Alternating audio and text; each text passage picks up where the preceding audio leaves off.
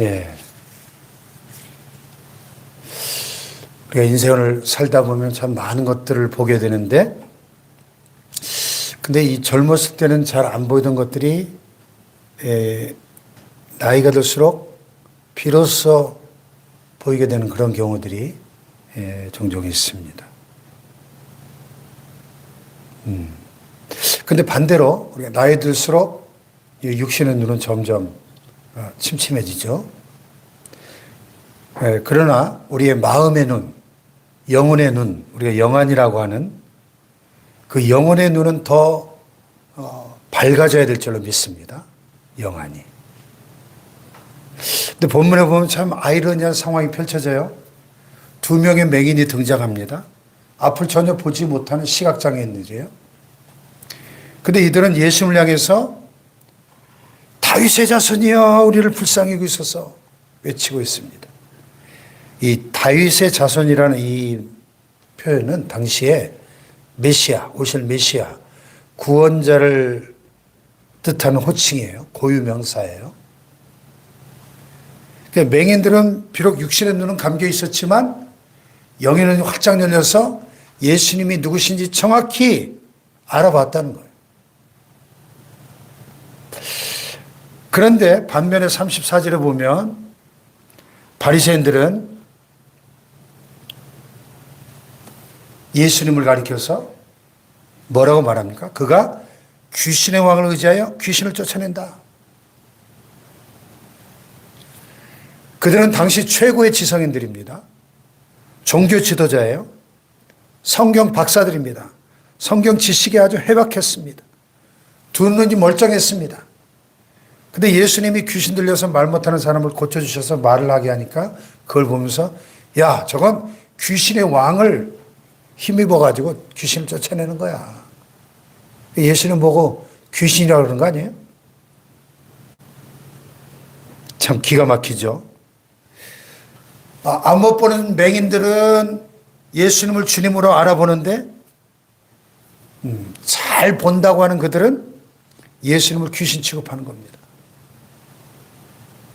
여러분, 육신의 눈보다 훨씬 더 중요한 것이 영의 눈이에요. 영안. 할렐루야.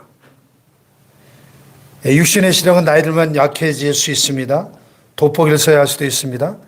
하지만 우리의 영적 시력만큼은, 영안만큼은 날이 갈수록 독수리의 눈같이 선명해질 수 있기를 주님의 이름으로 축원합니다. 네. 자, 예수님이 이 땅에 계실 때 정말 눈코 뜰 새 없이 바쁘게 사셨는데 35절에 보면 그 유명한 예수님의 3대 사역이 나와요. 35절 시작. 예수께서 모든 도시와 마을에 두루 다니사 그들의 회당에서 가르치시며 천국 복음을 전파하시며 모든 병과 모든 약한 것을 고치시니라. 아멘. 가르치시고 전파하시고 고치신. 한번 따라해 보십시다. 가르치시고 전파하시고 고치시고. 그래서 teaching, preaching, healing 영어로 그렇게 말하죠. 이 세 가지 하나님 말씀을 가르치고 복음을 전파하고 또 질병을 고치는 치유의 사역. 이 세 가지는 지금도 우리 교회가 감당해야 될 본질적인 사명이죠. 그런데 예수님이 이 세 가지 사역을 이렇게 열심히 하신 그 동기가 무엇이었나? 동기. 그 사역의 동기가 참 중요하죠.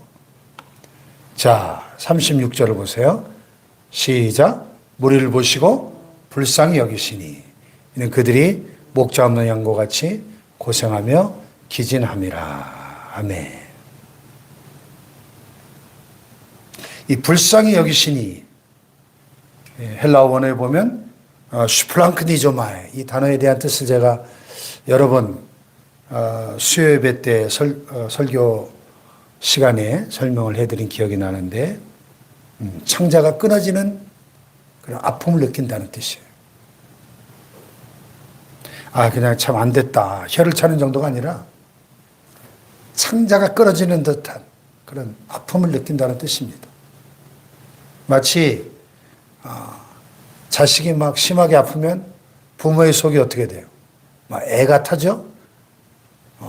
애가 탄다고 할 때 애가 창자잖아요. 창자. 창자가 끊어지는 아픔을 느끼지 않습니까?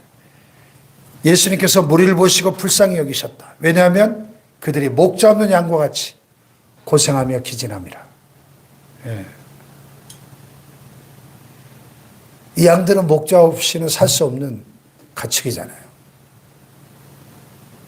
이 목자 없는 양들은 비참한 겁니다. 맹수의 밥이 되고 사방에 가시에 찔려 고생하고 낭떠러지에 막 떨어져 죽고. 예. 그 당시 이스라엘 백성들의 모습을 바라볼 때 우리 주님이 참 창자가 끊어지는 것 같은 아픔을, 슬픔을 느끼셨다는 겁니다. 그래서 그 3년 만에 길지 않은 그 시간 동안에 열심히 그들의 회당에서 가르치시고 천국 복음을 전파하시고 모든 병과 약한 것을 고치시는 이 사역을 힘쓰신 거예요. 그런데 이 당시 유대 종교 지도자들을 한번 생각해 보세요. 사두개인들은 귀족 계급이었습니다. 로마 권력과 결탁한 기득권자들이었습니다. 또 바리새인들은 평민 출신 지도자들이었어요. 그들은 권력과 율법 지식은 가지고 있었지만은 백성들을 향한 눈물과 긍휼은 없던 자들이었습니다.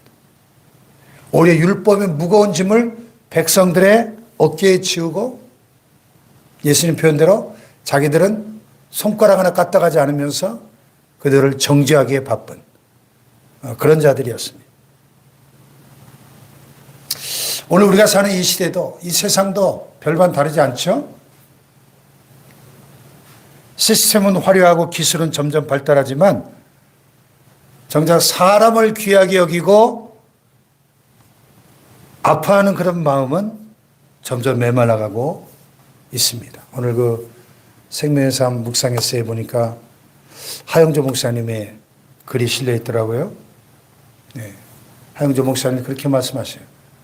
어떤 일이 생겼을 때 사람은 방법과 제도를 찾지만 하나님은 한 사람을 찾으십니다. 그래서 제가 전에 열심히 사서 읽었던 그분의 그 에세이집이 있었어요. 에세이집 제목이 한 사람을 찾습니다. 책 제목이 한 사람을 찾습니다.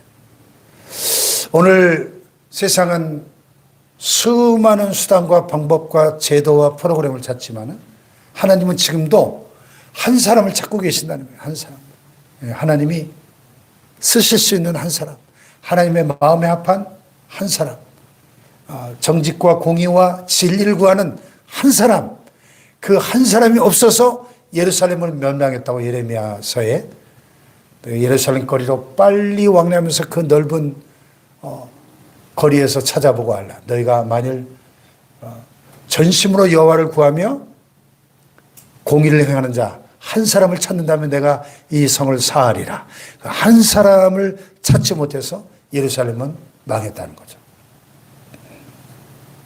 한 사람. 어떤 사람이죠? 바로 오늘 이 본문에 예수님의 이 긍휼의 심장을 가진 사람. 슈플랑크니조마이. 그런데 예수님은 세상이 불쌍하다 하면서 한탄만 하지 않으셨죠. 불쌍히 여기는 마음이 있다면 그 문제에 개입해서 그 문제를 해결할 수 있어야 되지 않겠습니까? 그래서 주님은 제자들에게 결론적으로 이렇게 말씀하십니다. 37절 38절 시작.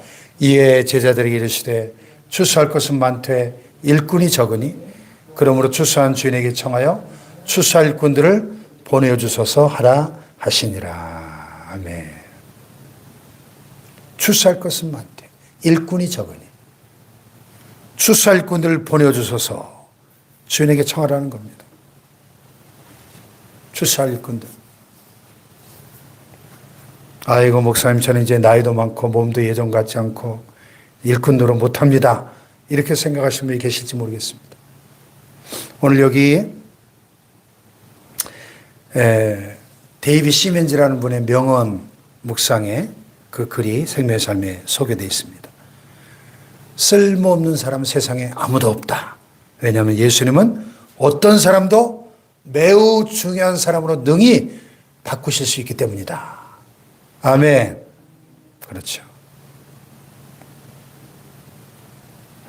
우리가 지금까지 인생을 살아오면서 겪었던 그 모든 경험들, 인생의 경륜, 그동안 겪었던 산전수전들, 그 자식을 키우면서 우리가 애를 태웠던 그 부모의 마음, 이것들이야말로 우리가 세상을 품을 수 있는 가장 큰 자산이죠.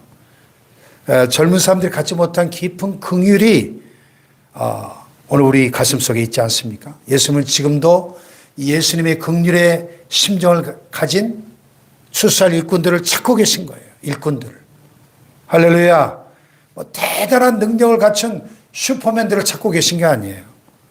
예수님의 마음을 가지고 목자 없는 양같이 방황하는 잃어버린 영혼들을 바라보면서 주여 이 땅을 고쳐주세요. 눈물로 기도할 수 있는 그 한 사람, 긍휼의 시선, 긍휼의 마음을 가진 그 한 사람을 찾고 계신 거죠. 아멘. 누가 우리를 보내면 누가 우리를 갈고 그 하나님의 음성을 듣고 주여 내가 여기 있사오니 나를 보내소서 이 사연은 응답했었는데요. 오늘 우리가 비록 가진 것은 없지만 내 안에 주님의 마음, 주님의 긍휼이 있사오니 나를 보내주시옵소서. 나를 사용하여 주시옵소서. 응답할 수 있는 저와 여러분 되시길 축복합니다. 기도하십시다.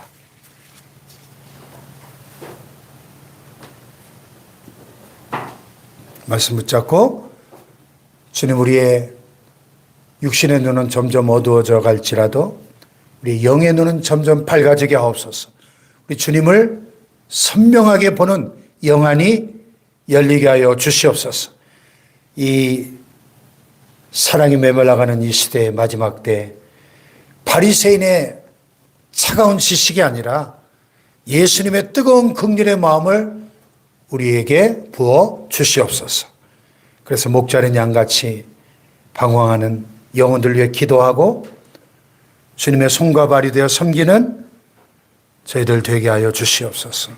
우리 말씀 붙잡고 주여 삼창하기도 합니다. 주여.